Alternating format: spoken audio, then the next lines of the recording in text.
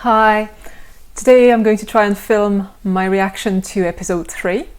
I can't wait to know if I was right about Sofia Di Martino's character. So here we go. I've got my Loki t-shirt, I've got my cup of tea, and I'm going to watch this episode.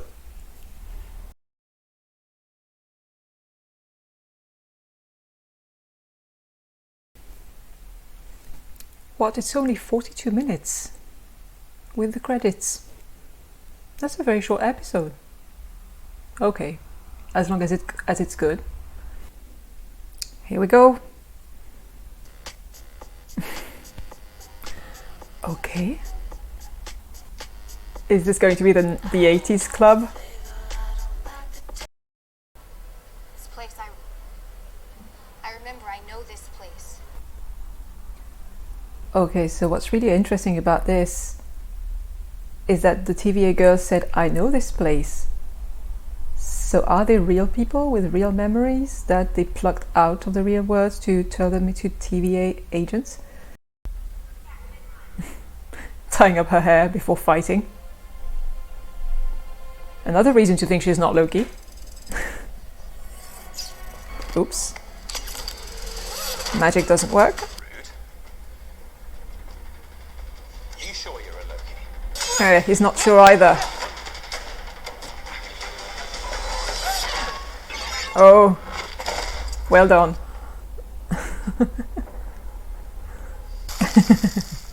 that one of your powers? Where did you send us? Oh, they're on that planet with the meteors falling everywhere. So it is not Vormir. Of all of the apocalypses saved on that path, this is the worst. No one makes it off here. I'm sorry, madam. Didn't exactly have time to That's the only reason you saved me out there. Maybe. I mean, sure. I'll give you that. Don't call me variant. I'm sorry about not calling some faded photocopy of me Loki. Good, because that's not... Okay, so she does not want to be called Variant and she does not want to be called Loki.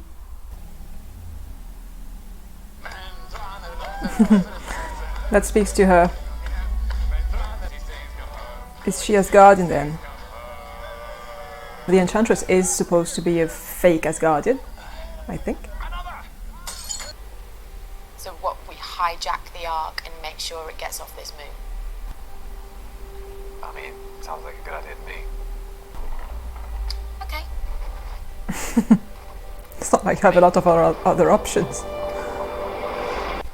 What did you say? She was just a regular person on Earth. A regular person. Loved margaritas. Was told that everyone who works at the TVA was created by the Timekeepers. That's ridiculous. They're all variants, just like us. Oops.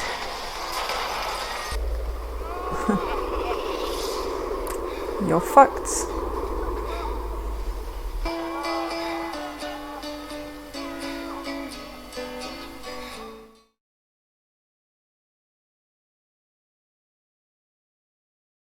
Okay, so that was another solid episode, I thought.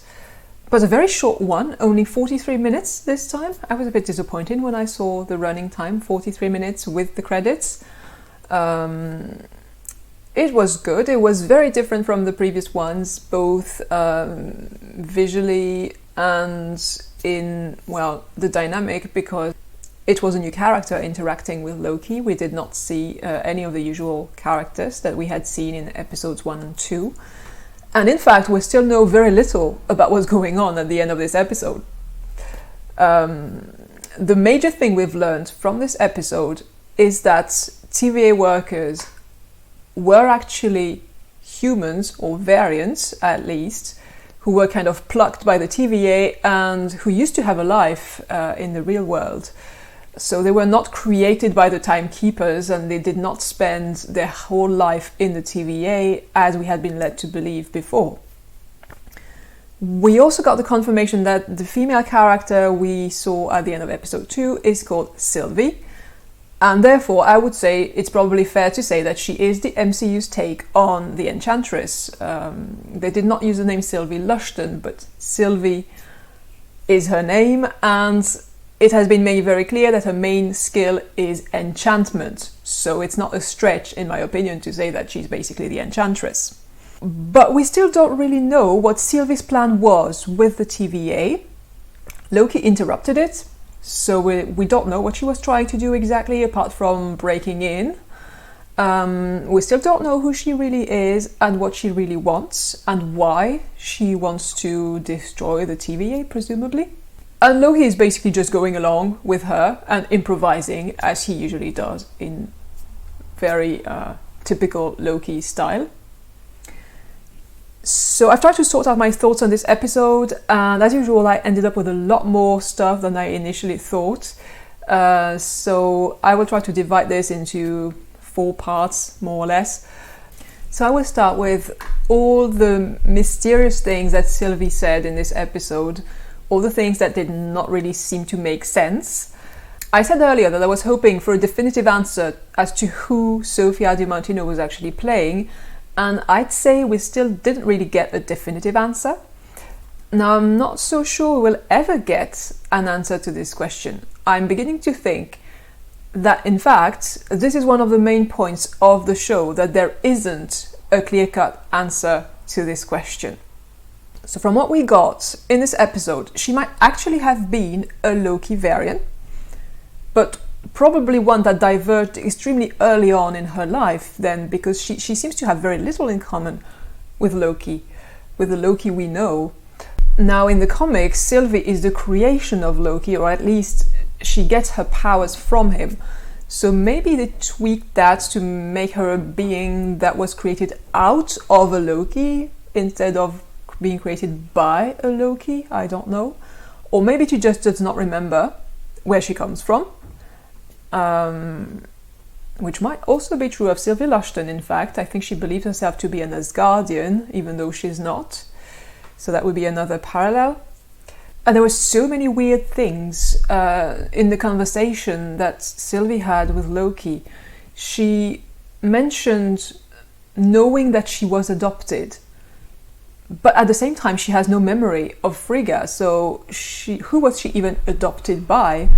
Did she forget who raised her?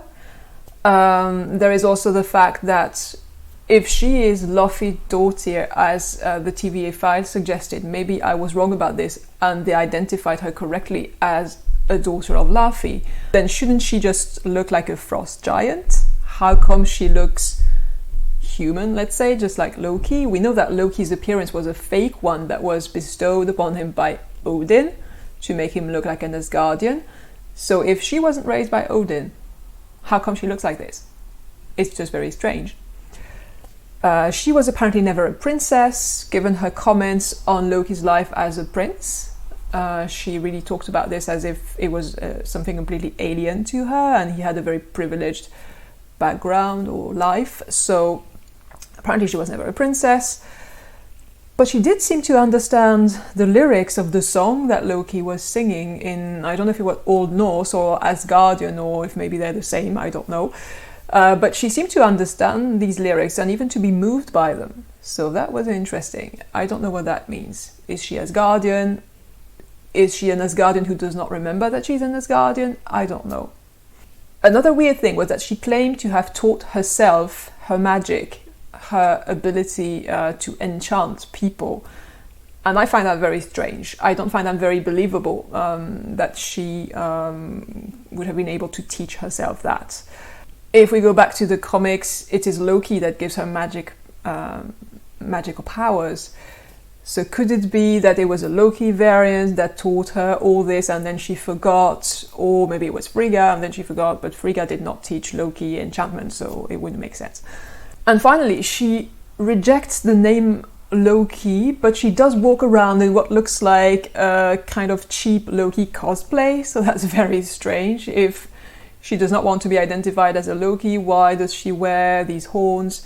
And why does she wear what looks like an imitation of his Asgardian costume? It's just very weird. So that previously led me to think that she was deliberately impersonating Loki, but maybe not. I don't know. It's just very strange.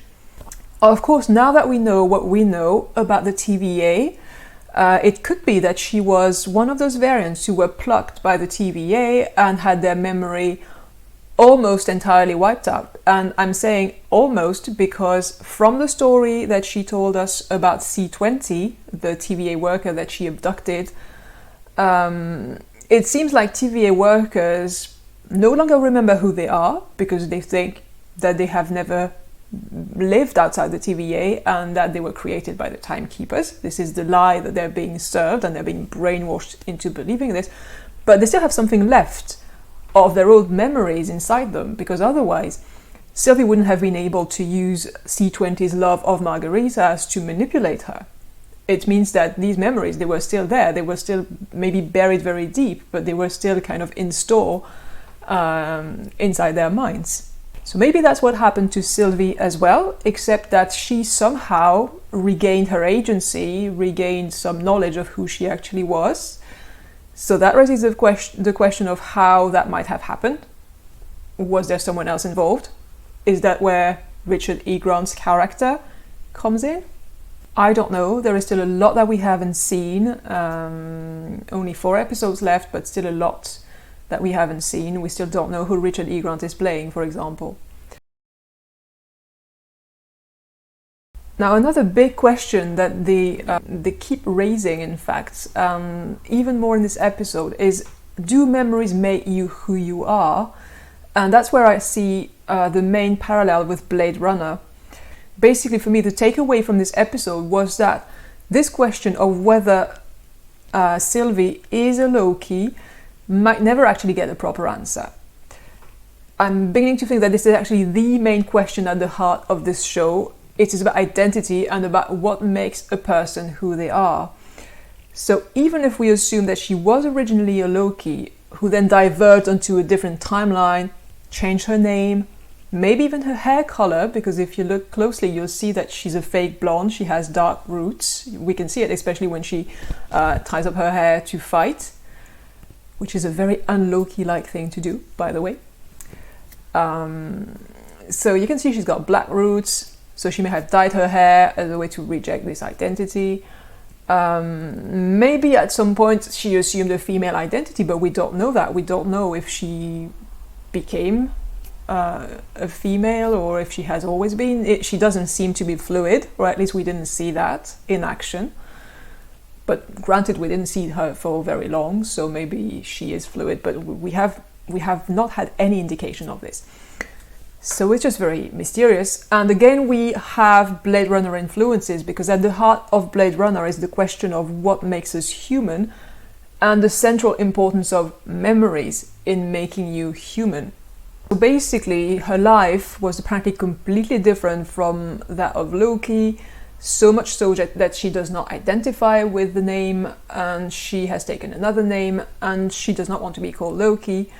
Her memories are completely different as well. And again, that reminds me of Blade Runner. We know for sure that it was an influence, and I really see the influence the most in this theme of the importance of memory to identity. The dystopian society that is depicted in Blade Runner uses replicants, who are actually humanoid robots. They use them to perform a number of tasks, they use them as workers, and sometimes in what you could call the most advanced replicants, they implant fake memories. And what happens is that some of these replicants don't know they're robots, they think they're actually humans. So the idea of the heart of this is that memories make you human, and your identity is rooted in your memories, so to speak. And it is the concept that was pushed even further, of course, by Westworld. If you have seen this show, it clearly draws on Blade Runner, and it pushes this concept even further. So really what struck me with this episode is it raises so many existential questions.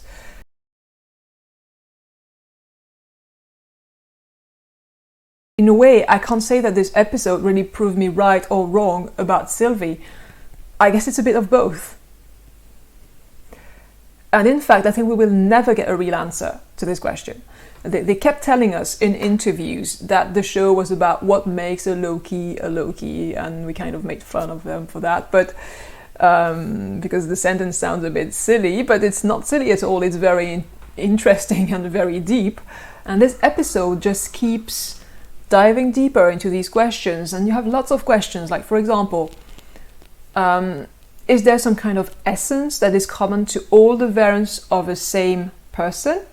I already asked that question in my review of episode 2, but this is the question that comes back in this episode, again, even more strongly, in fact. Also, is your identity in your genes, or are you free to identify as whoever you want to be? For example, Sylvie, who may have started as a Loki but now does not identify as a Loki anymore. Also, are memories the real foundation of your identity?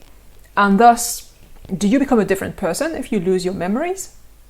If two variants diverged at one point and then lived through completely different experiences, can you still consider them to be the same person?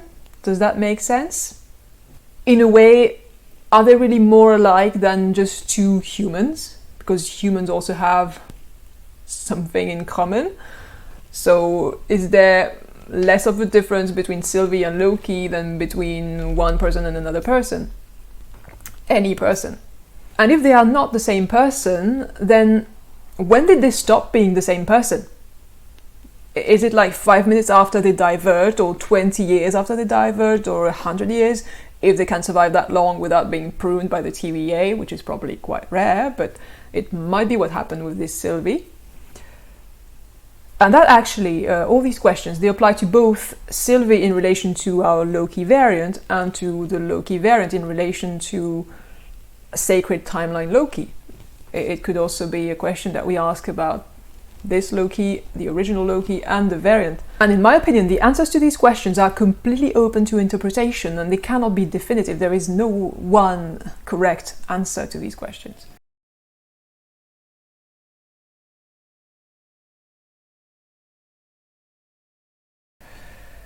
If I have to give my personal opinion on this, I would say, personally, I don't see Sylvie as a Loki.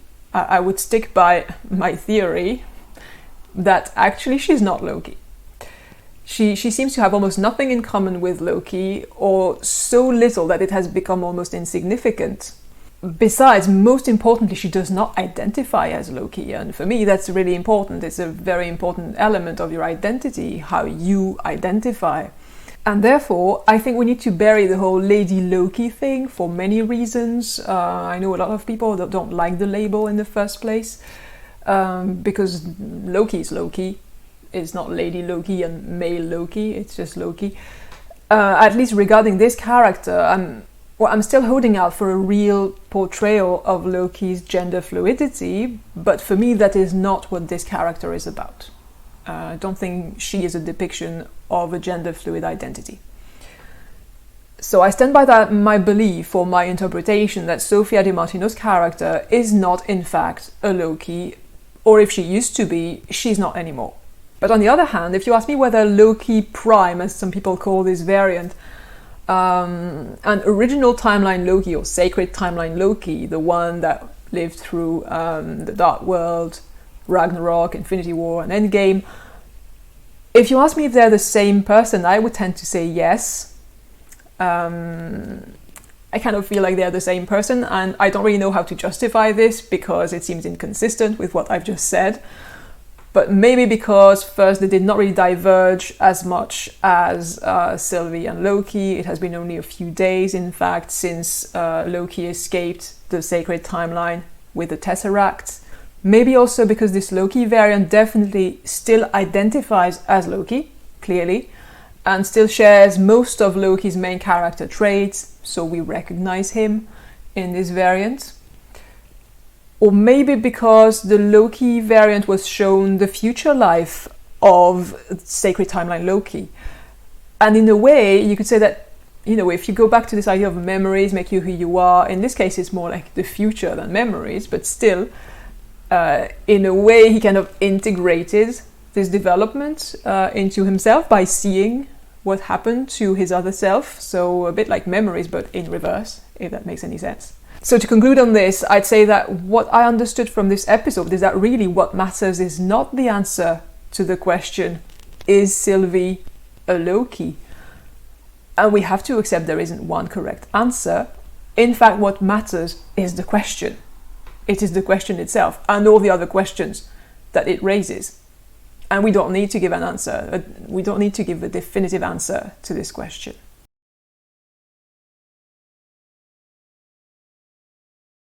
Now, just a few quick remarks. With that opening scene, I thought we were going to get that story that Tom Hiddleston is always joking about with Loki running a nightclub in the 80s. I was a little disappointed, but we kind of got that later on when he got drunk and he sang in the bar. So, in a way, we did get that to a certain extent. We got a lot of Loki magic in this episode. Teleportation, dissimulation, green energy blast, shape-shifting, telekinesis, on huge objects, no less. Ironically, for a god of lies, the only thing he's terrible at is lying convincingly. He's really doing a terrible job at trying to lie to people. The passage about Frigga and her cute little tricks was adorable, though. This might seem like a detail, but that scene actually did something huge. It confirmed that Loki is canonically bisexual in the MCU.